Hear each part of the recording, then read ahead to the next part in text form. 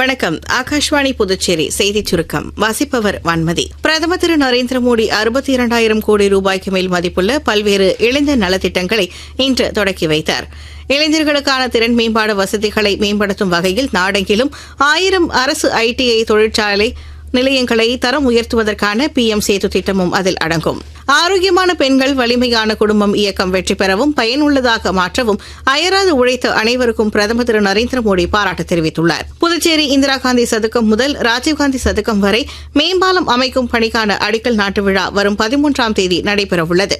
விழாவில் மத்திய சாலை போக்குவரத்து மற்றும் நெடுஞ்சாலைத்துறை அமைச்சர் திரு நிதின் கட்கரி பங்கேற்கவுள்ளார். இந்திய கடலோர காவல் படை கப்பல் அக்ஷர் காரைக்கால் துறைமுகத்தில் பணியமர்த்தப்பட்டது.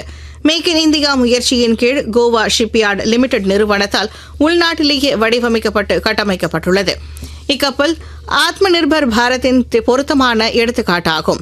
இந்தியாவின் கடல்சார் நலன்களை பாதுகாப்பதற்கும் கடல்சார் மண்டலங்களை கண்காணிப்பதற்கும் இக்கப்பல் பயன்படுத்தப்படும். புதுச்சேரி தட்டாஞ்சாவடி புனித பாத்திமா அன்னை ஆலய 71வது ஆண்டு பெருவிழா இன்று கொடியேற்றத்துடன் தொடங்கியது.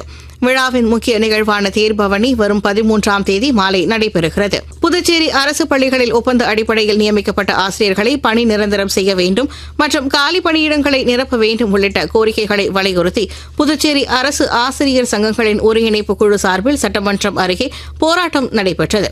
இதில் 200க்கும் மேற்பட்ட ஆசிரியர்கள் கலந்து கொண்டனர். இத்துடன் இந்த செய்திச் சுருக்கம் நிறைவு பெறுகிறது.